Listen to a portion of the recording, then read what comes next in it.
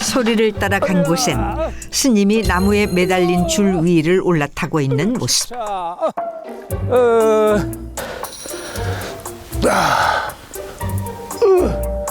이건 또 무슨 상황인가요? 거꾸로 매달려 있는 얼굴이 평온하기만 한데요.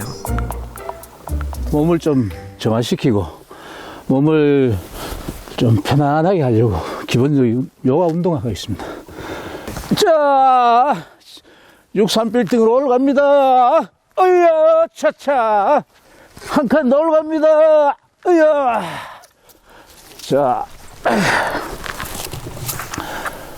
자, 빌딩 옥상에 올라왔습니다. 이야! 매일 이렇게 운동을 해가지고 근력도 강화시키고 심신도 단련하고 그래야지만 기도를 할 수 있으니까. 누군가에겐 별난 고행이지만 스님에겐 가장 안정되는 순간.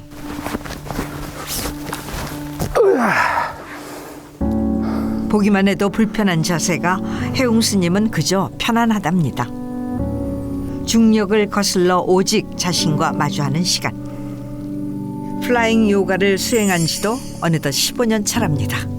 제가 이제 무술 아닌 무술 운동을 많이 했습니다. 인도의 명상홀에 들어가가지고 있기도 하고, 인도의 요기들하고 같이 이제 요가 수행을 하기도 하고, 중력 운동이라 해가지고 이제 땅에서 하는 운동이 아니고 공중에 떠서 하는 운동이다 보니까 너무 매력이 있고 또 하다 보니까 너무 좋아서 계속 하게 됐던 것들이죠. 더 깊은 교리를 공부하고자 떠났던 인도 유학길에서 우연히 접한 요가. 그 이후 스님 삶에서 빠질 수 없는 수행이 됐답니다.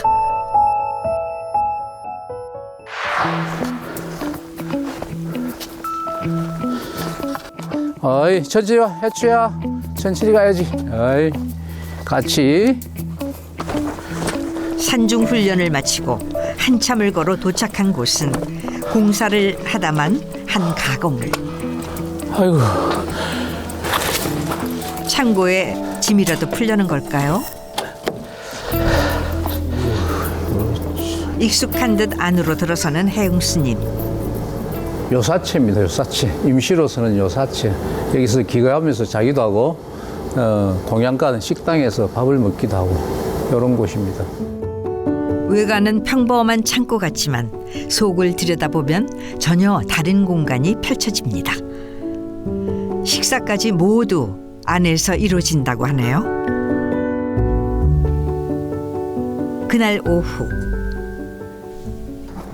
산중 수행이 끝난 후 쉴 법도 한데 또 부지런히 움직이는 스님.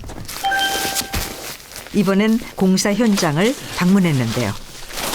공사에 필요한 재료들을 직접 나르더니 두 팔 걷어붙인 채 공사를 이어갑니다. 여기는 스마트팜 공장입니다. 버스들 재배해가지고 제품을 만드는 그런 공장이에요. 법당부터 공장까지 전부 손수 짓고 있다는 스님. 공사비는커녕 인건비조차 넉넉지 않아 직접 삽을 들 수밖에 없다는데요. 시작한 지는 한 5년쯤 넘었는데요. 하다 보니까 너무 어려운 상황들이 많이 부딪히고 코로나가 와가지고 또 상황이 아주 힘든 상황이 되었고 이런 상황에서 하다 보니까 제가 손수 하나하나 할 수밖에 없는 그런 상황들이 많이 있었습니다. 해가 지고 어둠이 내린 시간. 스님은 깨끗이 하루의 먼지를 씻어냅니다.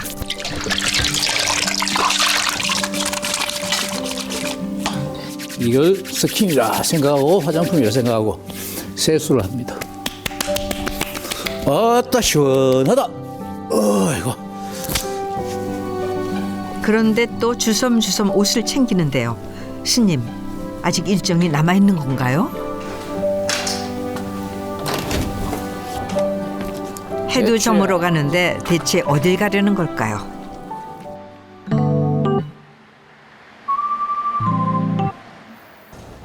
도시로 내려온 해웅 스님. 약속이라도 있는 건지 분주히 한 건물 안으로 들어섭니다. 반갑습니다. 안녕하세요. 네, 안녕하세요. 안녕하세요. 안에 들어가서 옷 갈아입으시면 됩니다. 고맙습니다. 근데 스님, 네. 여기는 왜 오셨어요? 아, 요가 이제 수업이 있어가지고 토익 요가 수업하러 왔습니다. 많은 사람들이 스님의 수업을 듣기 위해 모였습니다. 무릎과 무릎 사이에 손을 집어넣고 왼발 올라가면서 불러주는 곳이 있으면 종종 무료 플라잉 요가 특강을 나선다고 합니다. 제대로 가르치기 위해 요가 지도자 과정까지 수료했답니다. 하나 하면서 천천히 자 뒤쪽에 행복을 천천히 정리하면서 뒤에서 하나 둘셋넷 다섯 팔을 높이 찹니다. 쭉 차면서 오른발 왼발을 완전히 올려줍니다. 자 올려주면서 천천히 박쥐 자세가 됩니다. 하나 둘 순수하게 손목의 힘과 어깨 힘을 키우기 위해서 하는 거기 때문에 이걸 아구 힘도 아주 좋아져요. 스님의 열정적인 지도에 호흡을 맞춰가며 수강생들은 조금씩 자세를 완성해 갑니다. 넣으면서 뒤쪽으로 뻗어줍니다. 뭐 스님이 요가에 대한 지식 같은 거 많이 알고 계시는 것도 배우고 싶었고 요가를 또 수련을 통해서 열심히 하시는 거 보니까 너무 멋있다고 생각해요. 엄청 능수능란하게 엄청 잘하시고요. 그리고 좀 배울 점이 많다고 느꼈어요. 이 상태에서 단순한 수업을 넘어서 마음까지 단련되는 시간. 스님이 재능 기부를 하는 이유랍니다. 저는 재밌게 살려고 하는 것이 아니고 규칙적인 운동과 수행을 통하고 노동을 통해 가지고 제가 가지고 있는 마음을 이렇게 서로 전달하고 메시지를 전달하면서 늘 이렇게 이제 함께 할 수 있는 것에 감사하다는 생각을 갖고 있습니다. 집으로 돌아온 해웅 스님. 하루를 마무리하며 누군가에게 전화를 거는데요.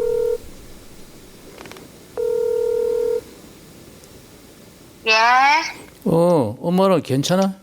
엄마요. 오늘도 약 태워 먹었어요. 커피 포터에. 어이구 큰일이네. 하고 싶지가 않으시고 의욕이 없으시네. 드시는 거는 좀 어때? 드시는 거는 그냥 약 먹어야 되니까 억지로 드시는 것 같은데. 그래도 걱정이네. 엄마 모신다고 고생이 많다. 그러기만이에요. 목소리 너머로 전해지는 근심에 표정이 점점 무거워지는 스님. 속세를 등졌어도 가족에 대한 마음만큼은 아직 놓지 못했다고 합니다. 아버님이 돌아가시고 난 뒤에 홀로 집에 계십니다. 그래서 이제 번갈아 가면서 그렇게 어머님 댁 가가지고 잠도 자고 음식도 하고 그렇게 하고 있습니다, 지금. 부모님 댁 미안하고 동생 댁 미안하고 늘 그렇게 있습니다. 이남 이녀 가난했던 집의 장남이었던 해웅 스님. 병든 부모님 대신 어린 나이에 생계를 떠맡아야 했습니다. 그러나 결국 20대에 출가를 결심하고 가족 곁을 떠났다고 하는데요. 어떤 날은 일을 하는데 일을 제대로 시킨 것을 다 하지 못해서 이제 쫓겨나는 적이 있죠. 겨울에 추워서 너무 갈 데도 올 데 없으면 개하고 안고 자기도 하고 때로는 소마구간에 가지고 소하고 같이 안고 자기도 했던 기억들이 많이 납니다.